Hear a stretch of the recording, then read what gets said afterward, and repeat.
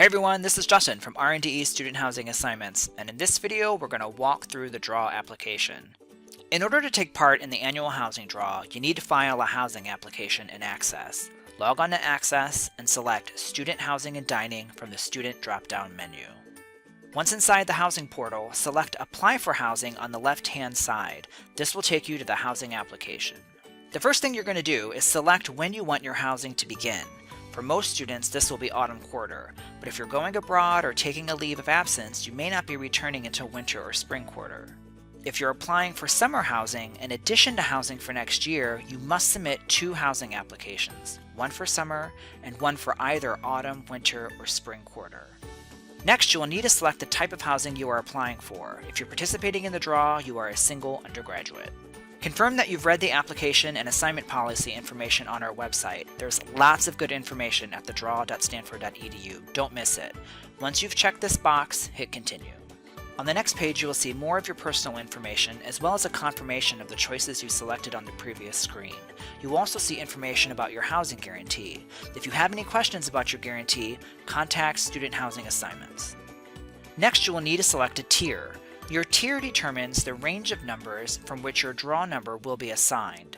Since Tier 1 has the lowest set of numbers, students selecting Tier 1 are considered for housing before those in Tiers 2 or 3. You will only be able to see the tiers that are available to you. Rising sophomores can only use Tier 2 or 3. In your undergraduate career, you can only use Tier 1 once, and all students must use Tier 3 at least once. If you are out of guaranteed years, you won't see this tier question on your application. Instead, you will automatically be allocated a number somewhere in between 3001 and 3500. Next, you will see information about housing priorities, which are generally given based on class year. For example, sophomores have a housing priority to Toyon Hall. This means sophomores who select Toyon will be assigned before juniors who select Toyon. You won't see anything into this section until you've added a residence to which you have a priority. In the next section, you will be asked whether or not you want to list special program houses on your application. These houses have specific requirements for residents, and you should familiarize yourself with these requirements before listing any of these houses on your application.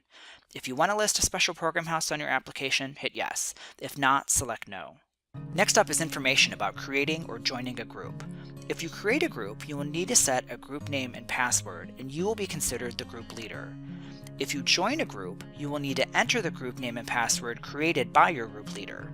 All group members are required to enter through how many residence choices they would like to keep their group together. There is a lot more to learn about applying as a group, and group applications are where we tend to see the most mistakes.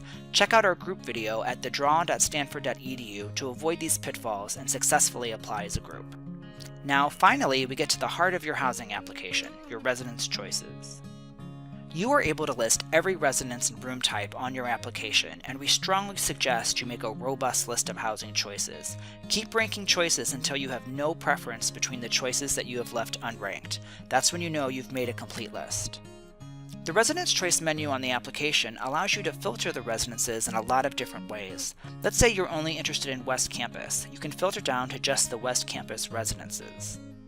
If you're only interested in singles in West Campus, you can filter down to just those spaces. To add a residence to your list, just hit Add. Your choices end up below. If you want to change the order of your choices, you can renumber them on the side, or just click and drag them. To remove a choice, just click Remove. When assignments are being made, the computer considers students in draw number order. When the program gets to your draw number, it will look at your first residence choice. If there is space in that residence and room type, the program will assign you to that space. If not, the program goes on to your second choice, and then your third, and on until it finds a residence where there is a vacancy. If the computer gets through your entire list and can't find a vacancy for you, it then considers your final choice. Now here's a mistake students sometimes make. In this example, the student has listed any Xanadu, then Xanadu Premier, which means a single or a 2-room double, and then Xanadu Standard, which means you share a room with another person, such as a 1-room double, a triple, or a quad. You should never list an any choice before a more specific choice. Remember, the assignment program looks at your choices one at a time. When it gets to an any choice, the program will first determine whether your number is low enough to get into that house. Because you are willing to accept any room in the house, you will be assigned the last space in the house. So even if your application number is number 1, the best possible number, you could end up in a standard room because you put the any choice before the specific choice. When thinking about your application choices, you should always list where you want to live, not where you think you can get in. The fact is that every year, cutoff numbers change, and it's much better to list a choice and not get it than to not list a choice and find out that you really did have a number strong enough to get into that residence. You can rank every residence and room type that is available, and there is no disadvantage to ranking residences honestly. So list what you want in the order you want it. One more general note about the application. If you spend more than 30 minutes working on your application without submitting it, the system will time out and you will lose your work. Be sure to submit your application before this happens. You can always go back and edit your application as many times as you would like up until the draw deadline. Okay, we're almost done here. Before you can submit your application, you need to pick a final choice. If the assignment program is unable to assign you to any residence on your list, it considers your final choice. Your final choice is always, yes, I'm willing to accept any other assignment, or no, do not assign me if the choices I selected are not available. If you are guaranteed housing, you must select I'm willing to accept any other assignment as your final choice in order to retain your guarantee. If you select do not assign me if the choices I selected are not available, and you are left unassigned, you will no longer be guaranteed housing. You should not pick this choice unless you are willing to find your own place off campus. After selecting your final choice, select Preview. You will now be able to review all of your selections to make sure they are correct. Once you've done this, scroll to the bottom of the page.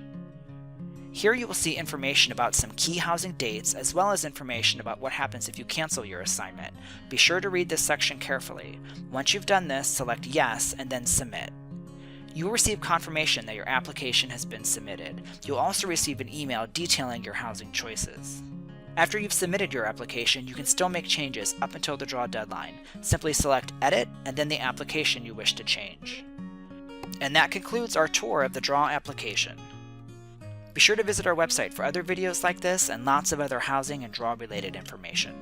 If you have a question, we want to hear from you. Send us a help ticket, give us a call, or stop by our office. On behalf of everyone in R&DE, best of luck in this year's draw.